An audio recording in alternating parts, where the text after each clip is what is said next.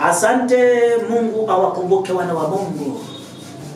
Sasa ni wakati mwingine ambao tunakwenda kumalizia kwa siku ya leo hotuba hii ya 4 katika hotuba 7 za mateso za Tanzania na dunia. Hotuba ya ngapi? Hotuba ya 4. Inasema hivi. Hiki kitu hata mimi kiliwahi nitokea. Mimi hapo unaniona kiliwahi nitokea. Na kinaendelea kujirudia na kiliwahi kutokea kanisa hii nchi ya Israeli. Ndio maana ninasema kwamba mambo yanayotokea Tanzania haya yaliwahi tokea na yanaendelea kutokea. Yaliwahi tokea miaka 2000 ama 3000 iliyopita katika taifa la Israeli. Bwana. Na pia ndio yanayotokea sasa hivi katika nchi yetu ya Tanzania. Haya mambo.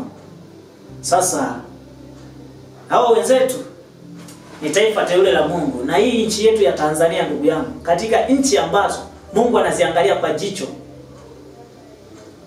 la rehema na jicho la upendo ni nchi hii ya Tanzania hiyo. Ni nchi ya Tanzania. Mungu anaiangalia kwa jicho la upendo sana. Nchi ya Tanzania na nchi hii hapa. Mungu anaziangalia vizuri sana. Hizi nchi hizi. Uwe makini sana unapoishi kwenye nchi hizi. Usio unaleta mambo ya ajabu ajabu. Usio unaleta mambo ya ajabu ajabu. Mambo yanayotendeka huku ndipo yanayotendeka huku. Na mambo yanayotendeka huku ndio yanayotendeka huku. Kama yalitendeka miaka hiyo ndio yanatendeka hapa. Na yanayotendeka hapa ndio yaliyotendeka hapa na yanaendelea kutendeka hapa. Kwa hiyo unapokuwa unaishi kwenye eneo lolote, na huwa nawaambia hata watoto wangu wa kiroho na wengine, huwa nasema hivi, popote pale unapotaka kuingia kwenye nchi, na wewe nakwambia unayenisikiliza, popote pale unapotaka kuingia kwenye kijiji chochote ama mtaa wowote, eza kuhamia ama unakwenda kwenye shughuli zozote, iwe biashara ama uchumi ama jambo lolote, muombe Mungu kwanza akupe maelekezo juu ya mji huo ama hicho kijiji hicho. Piga magoti. Mwambie, hata kama ni mwanafunzi, mwambie Mungu, nimekuja kusoma kijiji hiki, kuna shule hii. Mungu, naomba ardhi hii. Ardhi hii nimepiga magoti mbele zako. Na mbingu hii inanisikia. Na maji ya mji huu, sijui na vitu gani. Naomba nipe maelekezo yako namna ya kuweza mambo yaliyopo kwenye mji huu. Naomba niyaweze mambo kuliko shetani kuniweza. Na kini kabisa kwamba nimuweze shetani kwenye hichi kijiji. Niweze kila kitu kwenye kijiji. Nisiwe mtu wa ajabu wa kukuchukiza wewe. Ndugu yangu, hicho kijiji utaishi vizuri. Utasoma kwa amani wewe mwanafunzi. Mfanyabiashara utafanya kwa amani sana. Siji mtu yeyote utafanya kwa amani. Punde unapotaka kuingia kwenye hicho kijiji, ama kwenye mtaa wote, ama kwenye ofisi yoyote unafungua, omba Mungu. Teka hayo mazingira, simama. Muombe Mungu. Usiwe na haraka tu ya kuingia eti kwa sababu umekuta jiji ni nzuri. Muombe Mungu. Utaona jinsi Mungu atakavyokuneemesha hapo. Sasa nakuja kwenye hotuba hii ya 4 inasemaje? Inasema, ndugu zangu, kujenga na kubomoa madhabahu ya Mungu. Kujenga na kubomoa madhabahu ya Mungu, anayetekeleza ni Mungu, wala si mwanadamu. Kujenga na kubomoa madhabahu ya Mungu ama hekalu la Mungu, anayetekeleza ni Mungu, sio mwanadamu wala vyombo vya ulinzi, sijui wanajeshi na watu gani. Sio, ni Mungu ndio anayetekeleza haya. Ni Mungu. Kwa nini ni Mungu? Kwa sababu tumemkosea Mungu pakubwa. Na umemkosea Mungu pakubwa. Kwa hiyo rudi. Umemkosea kwa sababu gani au nini, kitu gani umekosea? Lazima uambiwe dhambi uliokosewa. Tumeingiza vitu visivyo halali kwenye madhabahu ya Mungu. Kwenye madhabahu ya Mungu tunaingiza sanamu. Sasa kuna hapa, naomba hapa niwe makini sana. Tumeingiza sanamu kwenye madhabahu ya Mungu. Hata mimi kanisani kwangu huwa nawaambia vijana, nasema kwamba jambo lolote lisilotokana na Mungu hapa,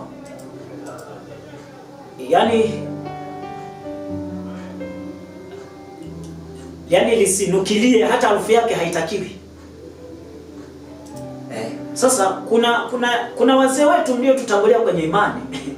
Hiki hata mimi mwenyewe nilikuwa nacho, nikawa kwa sababu nilianza kuijua neema ya Mungu, nikawa nasitembea nacho sana kwa muda mrefu. Lakini Mungu alivyoendelea kunifundisha na Roho Mtakatifu, nikaja kukuta kumbe. Na ndio maana halisi sasa ya sanamu ama ibada ya sanamu.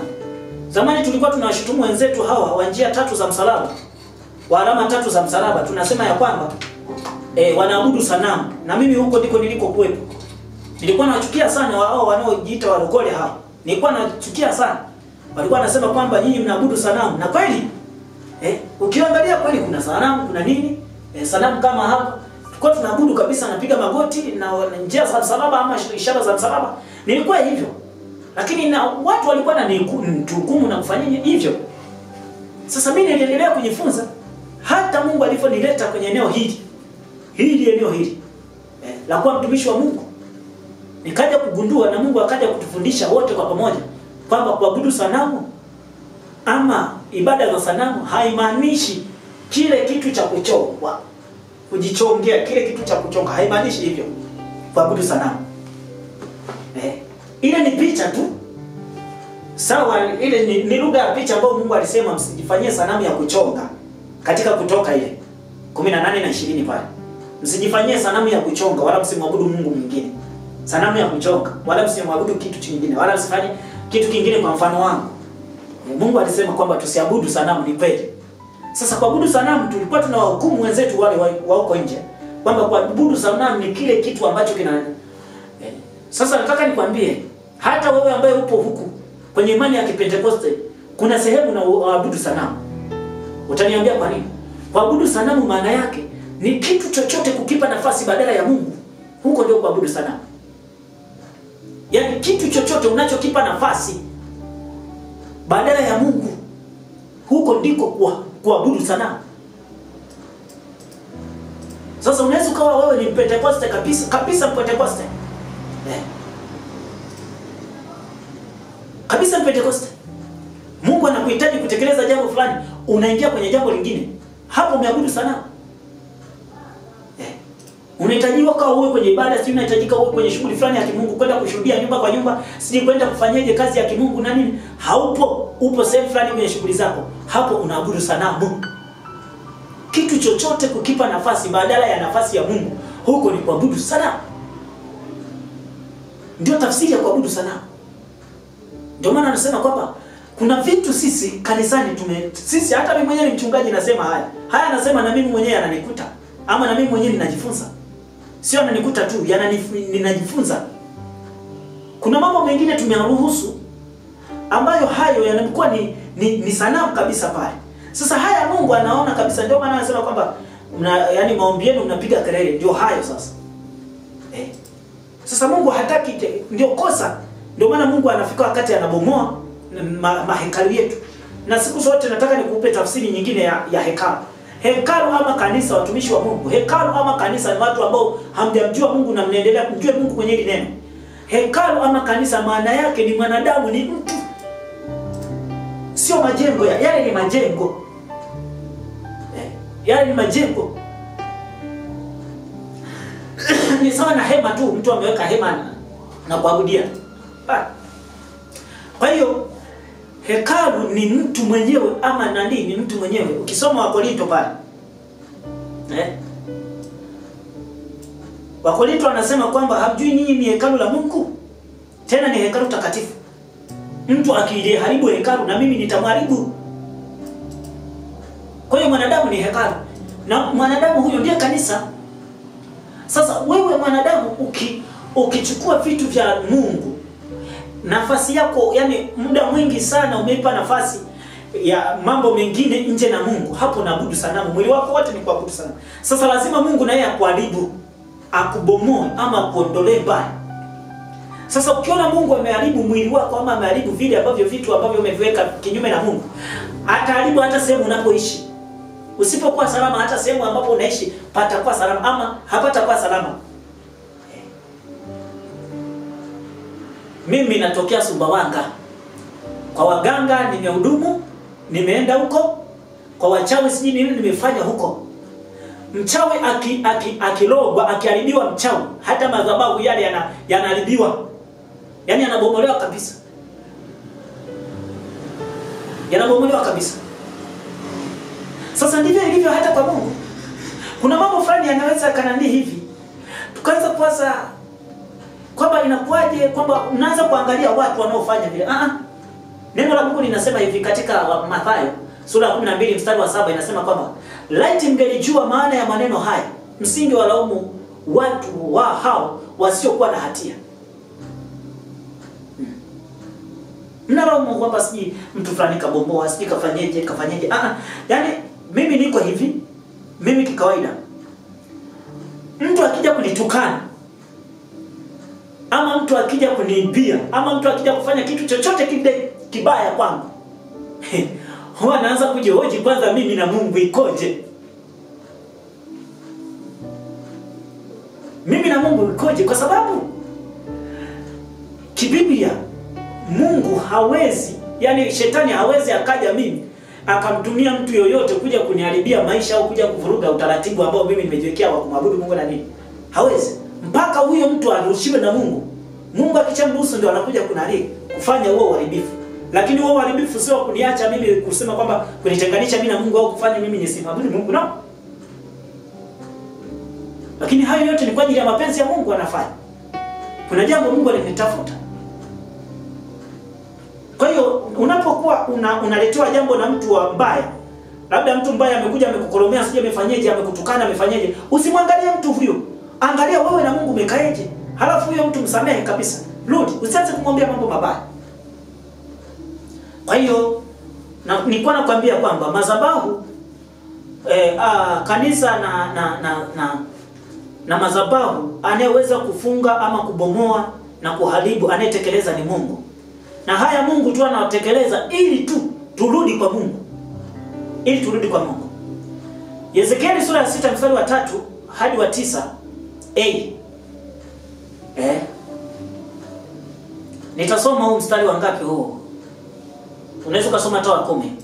Anasema nao watajua kuwa mimi ndimi Bwana, sikusema bure, kama nitawatenda mabaya hayo. Kama nitawatenda mabaya hayo. Narudia. Nao watajua kuwa mimi ndimi Bwana, sikusema bure, kama nitawatenda mabaya hayo. Kwamba Mungu hakusema bure. Na Mungu yuko tayari kumtumia mtu yoyote aliye tayari kwenye kazi yoyote ile. Hili taifa, wana wa Israeli, baada ya kumkosea Mungu miaka hiyo, Mungu, hili taifa liliweka agano na Mwenyezi Mungu. Sikiliza, liliweka agano na Mwenyezi Mungu.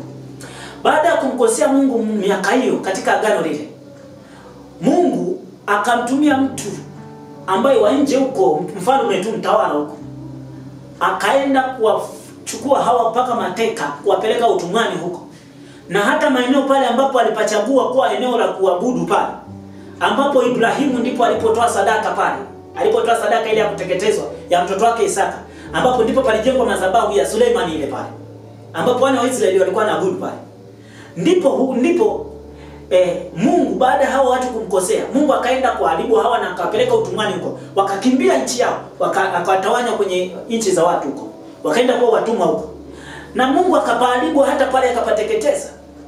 Akapaharibu kabisa eneo lile ambalo Suleimani alijenga, ile hekalu lililojengwa na Suleimani. Akaliharibu kabisa. Baada ya kuliharibu, alimtumia mtu gani? Alimtumia mtu, tena mtu huyo akamuita ni mtumishi wake. Alimtumia Nebukadneza kwenda kulibomoa hilo hekalu. Lile hekalu likaondolewa. Watu wakaenda utumwani. Kwa sababu gani? Walimkataa Mungu. Waliingiza vitu vingine tofauti. Sasa Mungu alipoona wanadamu wameingiza vitu tofauti, Mungu akaamua kuruhusu zile taratibu walizokuwa wamejiwekea, ama taratibu ambazo walikuwa wakizifanya kwenye ile hekalu, Mungu akaamua kuziondoa. Sasa ukisoma kitabu cha Matendo sura ya 6 mstari wa 14, maana tumesikia akisema kwamba Yesu huyo Mnazareti atapaharibu mahali hapa na kuzibadili desturi tulizopewa na Musa. Desturi walizopewa na Musa. Bwana, kuna wakati mwingine zinaweza zikawa ni desturi za kibinadamu ambazo watu tunaweza tukaziingiza kwenye ibada ama kwenye madhabahu ya Mungu, na sisi tukazipitisha kama ni madhabahu, ni mambo ya Mungu. Sasa hayo mambo kwenye madhabahu ya Mungu, Mungu anakuwa hapendezwi nazo. Kwa ili mambo hayo yasiendelee kabisa na watu wa Mungu wakaendelea kuona huyo ndio Mungu, kumbe tunamwabudu mtu mwingine ama tunamwabudu mwanadamu, kama desturi za wanadamu ambazo tunasema desturi za Musa. Sio desturi za Mungu, anasema desturi za Musa. Kwa hiyo hapa ndio Mungu anaamua kuingilia kati. Kwa kuna mimi mchungaji naweza nikaamua nikaweka vitu videsturi mle ndani kwenye madhabahu ya Mungu, na watu wakajua kabisa wanakutana na Mungu. Kumbe ni videsturi vyangu tu. Sasa hivyo videsturi Mungu hataki. Ndio maana naamua kulibomoa hilo kanisa. Kwa hiyo kwa wewe mchungaji mwenzangu, kwa wewe askofu, kwa wewe kiongozi yoyote wa dini, kiongozi wa idara si nani, popote pale unaposimamia kazi ya Mungu, hakikisha uwepo wa Mungu kwenye hilo eneo. Ukileta desturi za kwako ukazipitisha kwamba ndizo siwe za kuabudiwa, ndugu yangu, muda wote Mungu anaweza kukufutilia mbali. Na hayo madhabahu uliyojiwekea ama kingdom uliyojiwekea ama utawala uliyojiwekea, Mungu anaweza kusalabatisha. Na hicho kitu ulichokijenga kukisimamia, Mungu anaweza kusalabatisha kabisa. Na pia hata anaweza kumtumia mtu kuja kusalabatisha hivyo, na ukamwangalia huyo mtu. Sio yeye, ni Mungu ndio ameamua kufanya hivyo vitu. Kwa unapokutana na mazingira kama hayo, ndugu yangu, Mungu anataka urudi. Usiweke desturi za kwako ukasema ni desturi za Mungu. Mambo yote lazima tuyapime kwenye neno la Mungu, tuyapime kwenye Roho Mtakatifu, tuyapime kwenye maombi, tuyapime kwenye udhihirisho wa nguvu za Mungu. Hafu tuyapime kwenye matokeo ya Mungu. Sasa vitu tunavyovileta vinakuwa ni desturi ya viongozi wetu wa dini, sio desturi zetu. Hata mimi ni kiongozi wa dini. Hizo desturi tulizoziweka kwenye madhabahu ya Mungu, Mungu hazitaki. Na ndio maana anaamua kuchagua maeneo ambapo pametukuzwa sana, ndipo anapiga. Akishapiga kama maeneo ambapo palitukuzwa kwa taifa la Israeli, lile hekalu la Sulemani lilitukuzwa sana. Mataifa mengi walikuwa na staajabu. Mungu akaamua kupiga pale pale ambapo mataifa wengi wanaona. Hata hapa Tanzania kuna maeneo palikuwa panatazama, Mungu akaamua kupiga hapo ili kufundisha. Lengo la Mungu kutufundisha sisi wengine kwamba maeneo popote pale pakitukuzwa kwenye mazingira mengine ambayo sio, inatakiwa tuwe macho na si kujifunza. Kwa hiyo wachungaji wenzangu na mimi, viongozi wa dini na watu wote mliopewa majukumu ya kimungu, na madhabahu yoyote, hata viongozi wa serikali na viongozi ambao umepewa kusimamia watu, eneo ambalo Mungu amekuweka ni mamlaka iliyotoka kwa Mungu. Ukiweka mitaratibu zako, Mungu yuko tayari kukushughulikia. Mungu yuko tayari kukushughulikia. Wako viongozi wakubwa wa taifa hili la Tanzania ambapo walifanya vitu ambavyo havikumpendeza Mwenyezi Mungu. Mungu aliwavuna mapema.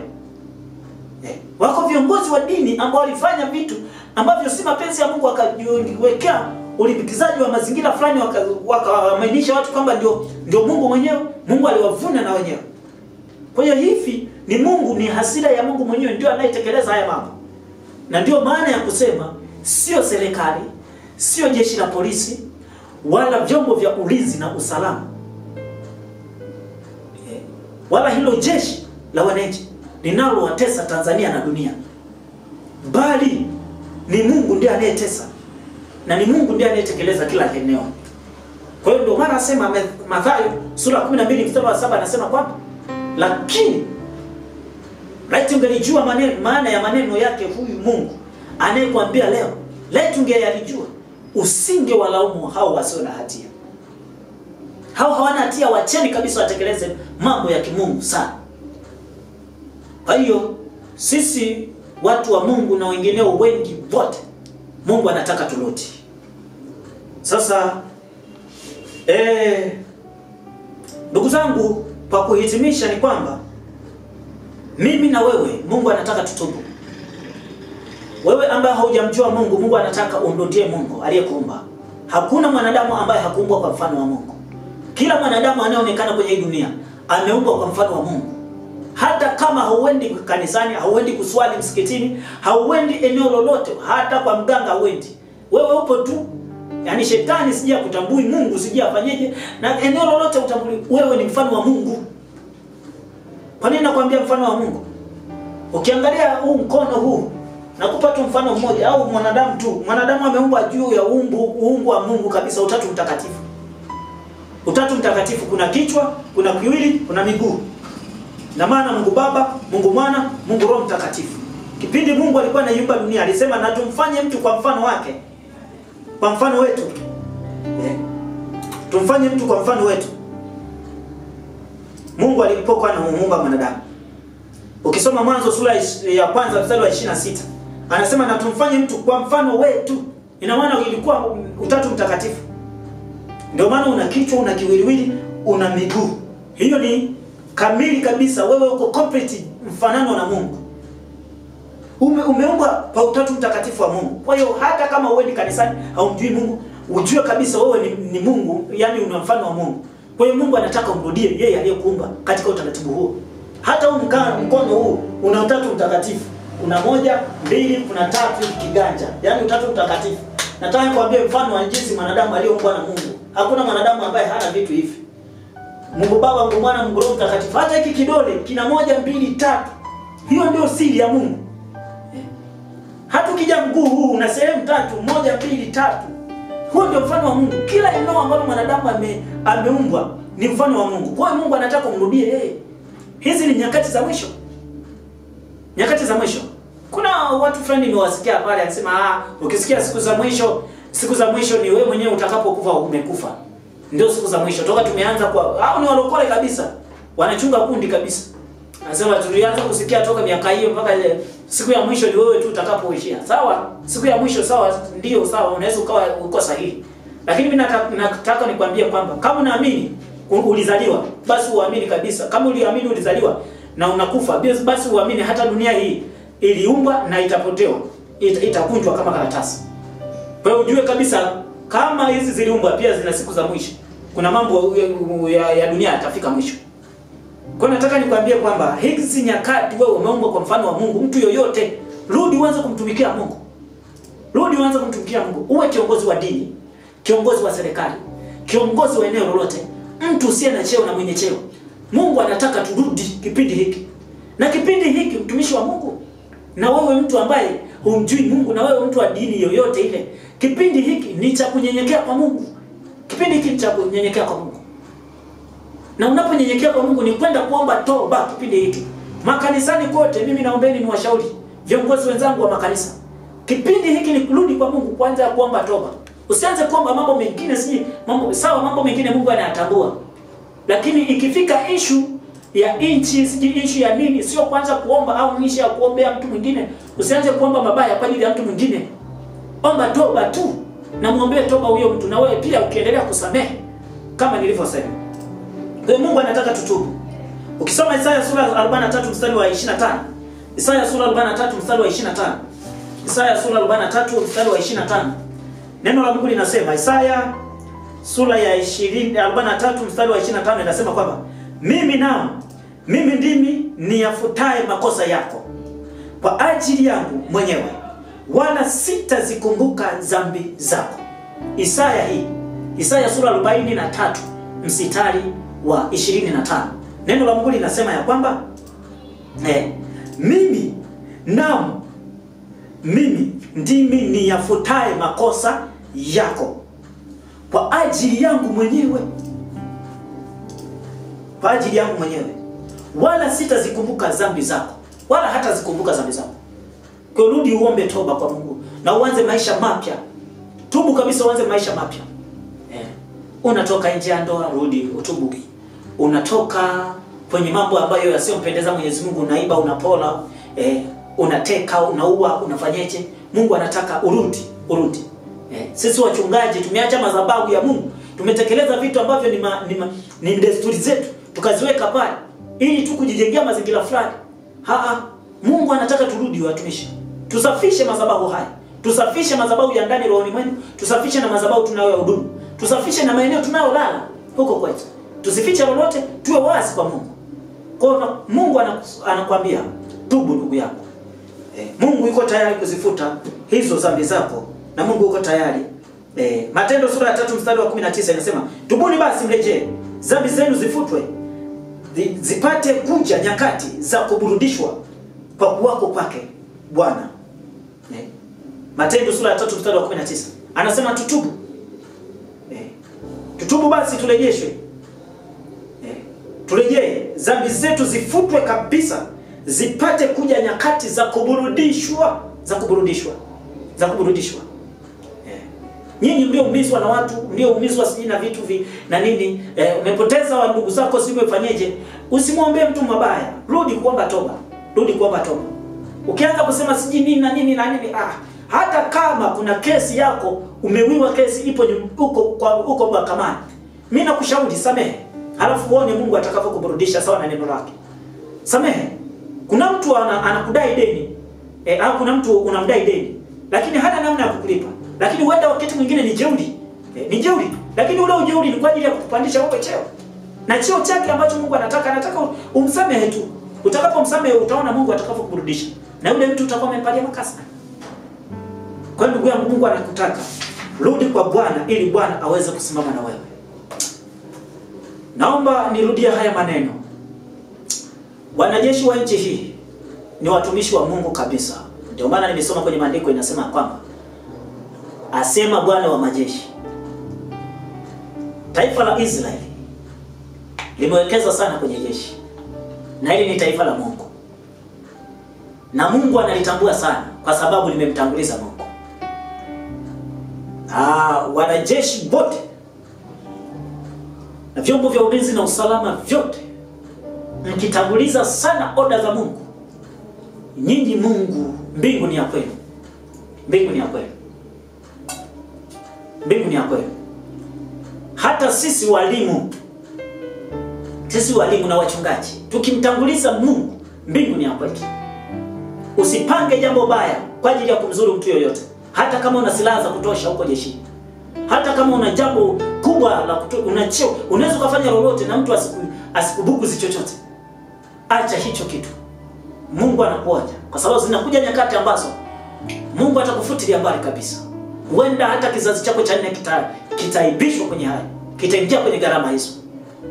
Kwa hiyo hacha hayo maneno, hacha vitu hivyo viovu. Hacha kabisa. Kiongozi unayemfitini mwenzako kwa sababu tu labda amekutangulia kwenye mazingira fulani, acha kumfitini huyo kiongozi mwenzako. Acha. Mchungaji, ukiona mtu amekutangulia ama mtu amefanyeje, hata amekuuzi, msamehe. Rudi kunyamaza kwa Bwana. Muombe tu rehema. Muombe rehema. Vitu viovu visitajwe kwenye kinywa chako, wala vitu viovu kwenye mikono yako visitendeke. Mungu anasema tubu, apate kuzirejesha siku za kuneemesha kwako. Kwa hiyo Mungu anakupenda ndugu yangu. Mungu anakupenda sana. Kwa hiyo si jeshi, si vyombo vya ulinzi na usalama, wala si serikali inayo kutesa wewe Tanzania na wewe dunia, bali ni Mungu ndiye anayetesa hayo yote. Lakini kwa nini Mungu anakutesa? Nimesema kwa sababu ya kukataa sheria ya Mungu na kukataa mapenzi ya Mungu. Sasa turudi katika mapenzi ya Mungu na tutubu. Dhambi zetu zote Mungu azifute ili turejeshwe katika amana ya pendo lake lililokuu, Bwana Yesu. Na yeye awe mwokozi na Mungu wetu mkuu, awe msaada katika maisha yetu. Tupate kuburudika katika nchi ya Tanzania na dunia nzima. Mimi nami nimekubali kwenye hiyo habari.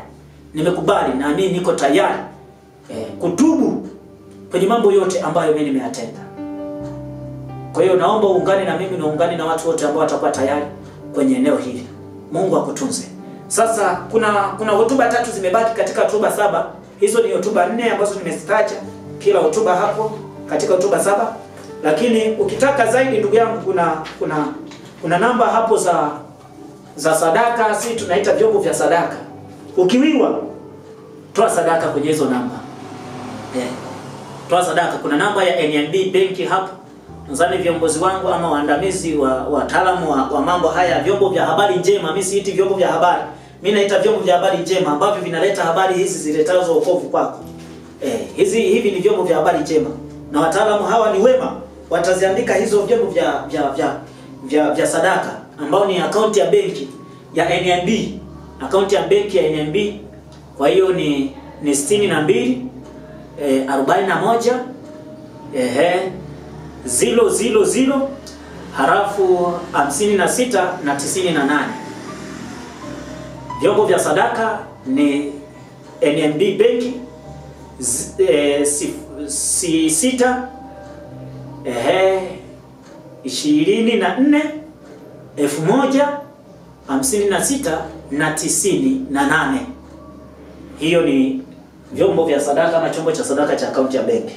Sasa akaunti ya M-Pesa ama chombo cha sadaka cha M-Pesa Vodacom hii ni 07 55 87 88 na 17.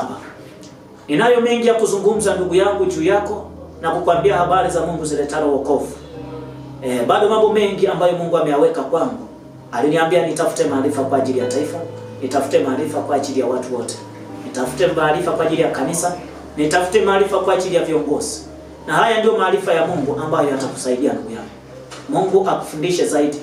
Ninayo mengi ya kukuambia, lakini hata Yesu mwenyewe alisema kwamba ninayo mengi ya kukuambia, lakini naofia nafsi zenu, lakini atakapowajilieni Roho Mtakatifu atawajulisheni yote ambayo yaliyopo ya kwangu atayachukua na kuwapatieni ninyi.